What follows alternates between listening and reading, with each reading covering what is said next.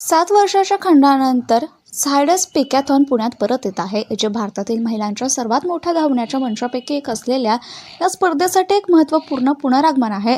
शहराशेवटची स्पर्धा 2019मध्ये आयोजित करण्यात आली होती.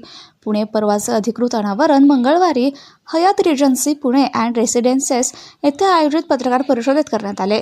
या परिषदेला पिंकॅथॉनचे संस्थापक, अभिनेते आणि endurance icon Milind Soman, invisible वुमन्सच्या संस्थापिका अंकिता कोनवर आणि झायडस लाईफ सायन्सेसचे अग्रगण्य कर्करोग तज्ज्ञ डॉक्टर तुषार पाटील उपस्थित होते.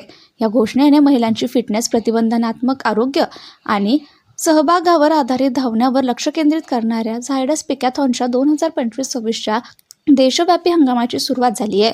पुणे येथील ही शर्यत 5 एप्रिल 2026 रोजी AFMC ग्राउंड येथे होणार आहे. पुण्यात येत आहे झायडस पिंकॅथॉन 5 एप्रिलला AFMC ग्राउंडवर, armed forces medical college.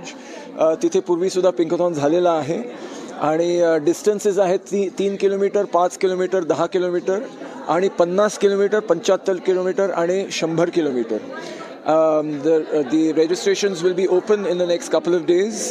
Link आहे www.pinkathon.live/Pune. कारण इव्हेंट 6 शहरात होतो आहे, तो choose Pune as the venue. And the fees are approximately 800 rupees per participant, and I think if you register with one more person, so it is 800 rupees for 2 participants. हो. Actually, Pinkathon is generally about women's health and women's fitness. सगळे जे issues बायकांसमोर आहेत त्या सगळ्यांबद्दल आम्ही बोलतो. But of course the special emphasis is on breast cancer awareness. आणि ते महत्त्वाचं आपल्याला कळायला पाहिजे की breast cancer is one of the curable cancers. Breast cancer can be क्युअर्ड but only if it is caught in the early stages. त्याला लवकर पकडलं पाहिजे. So Zydus has also come up with a campaign which is also to facilitate self-check which you must do every month. Every woman must do a self-check every month, and if she notices something then she has to visit the doctor and find out what it is about. आणि आम्हाला हे तर experience आहे की जर तुम्ही sports केलं, तुम्ही धावला, तुम्ही योगा केलं, तुम्ही सूर्यनमस्कार घातले, काही तुम्ही केलं स्वतःसाठी, तर तुम्हाला ॲक्च्युली तुमचं शरीराबरोबर आणि मनाबरोबर कनेक्शन ते वाढतं. So you can notice any changes immediately. नाही तर काय होतं की काहीतरी झालं आणि आपण लक्षच देत नाही. पण जर आपण धावत असू किंवा एक्सरसाइज करत असू किंवा स्पोर्ट्स करत असू, ते चेंजेस आपल्या लवकर लक्षात येतात आणि तर आपण त्याची काळजी आपण घेऊ शकतो. आई आहे ना स्पेशल गेस्ट. सगळे आमच्यासाठी सगळ्या बायका जे धावतात ते स्पेशल आहेत, कारण आपल्याला देशासाठी काहीतरी करायचं आहे. तर देशाची हेल्थ आणि देशाची फिटनेस आपल्याला वाढवायची आहे. मला असं वाटतं की जर बायकांना हे कळून आलं की फिट कसं राहायचं आणि हेल्दी कसं व्हावं, तर ते आपल्या मुलांना, आपल्या हजबंडला आणि बाकी सगळ्यांना ते सांगू शकतात. काय पुणेकरांना मी बायकांना तर म्हणू की तुम्ही या, पार्टिसिपेट करा 5 तारखेला.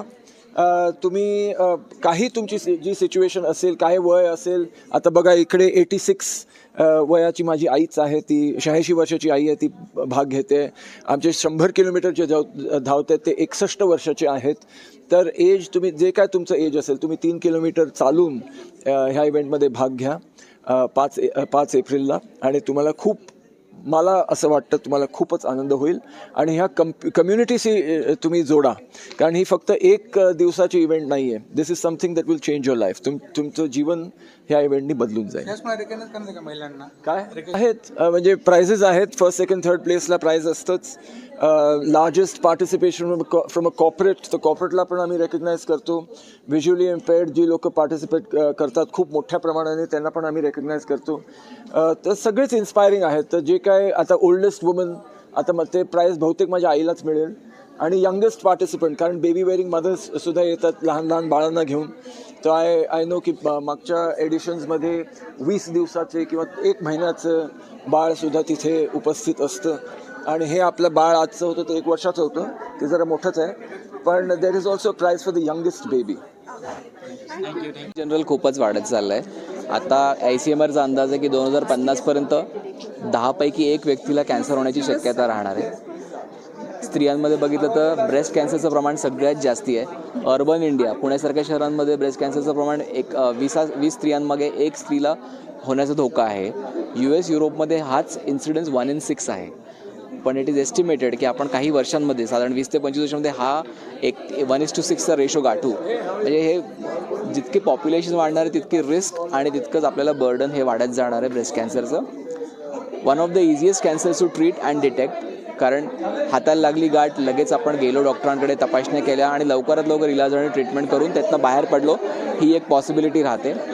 स्टेज 3पर्यंत कॅन्सर क्युरेबल असतात. त्या ब्रेस्ट कॅन्सरमध्ये स्टेज 3पर्यंतही 70 ते 80% स्त्रिया पूर्णपणे बऱ्या होऊ शकतात. म्हणून आमचा भर हाच आहे की जितक्या लवकर तुम्हाला निदान करता येईल, जितक्या लवकर त्याला डायग्नोज करता येईल, जितक्या लवकर ट्रीट करता येईल, तितक्या लवकर बेटर आहे. Self examination, breast self examination म्हणजे स्वयंपरीक्षण जे दर महिन्याला करता येण्यासारखं आहे. साधारण 2 ते 3 मिनटं लागतात. हा एक खूप सोपा उपाय आहे की कुठल्याही गाठी जाणून घेण्यासाठी. फर्दर टेस्टिंग आणि ट्रीटमेंट मग त्याच्यासाठी तुम्हाला ऑन्कॉलॉजिस्ट किंवा तुमच्या डॉक्टरांना भेटणं गरजेचं आहे. पिंकेथॉन हा इव्हेंटच विमेन्स फिटनेसचा आणि वेलबिंगचा आहे. तर one of the wellbeing is also preventing diseases आणि त्यातला एक डिझीज कॅन्सर की जो वेगाने वाढतो आहे किंवा भरारीने वाढतो आहे. म्हणून हे महत्त्वाचं आहे. कॅन्सर हा फक्त फिजिकली नाही, सोशली, सायकोलॉजिकली, इकॉनॉमिकली पण तेवढाच घातक असतो आणि तेवढाच त्याच्या मागचा स्टिग्मा आहे. तो सगळा दूर करण्यासाठी, फिटनेसचं लेवल वर आणण्यासाठी आणि एक अवेअरनेस जनरेट करण्यासाठी आपण याच्यासोबत असोसिएट झालो.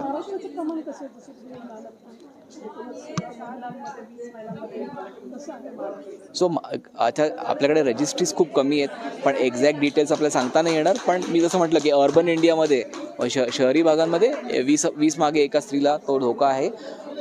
गावांमध्ये हे प्रमाण ब्रेस्ट कॅन्सरचं कमी आहे, पण तिथे दुसरे कॅन्सर जास्ती आहेत, सर्वायकल कॅन्सर जास्ती आहेत. बरोबर आहे.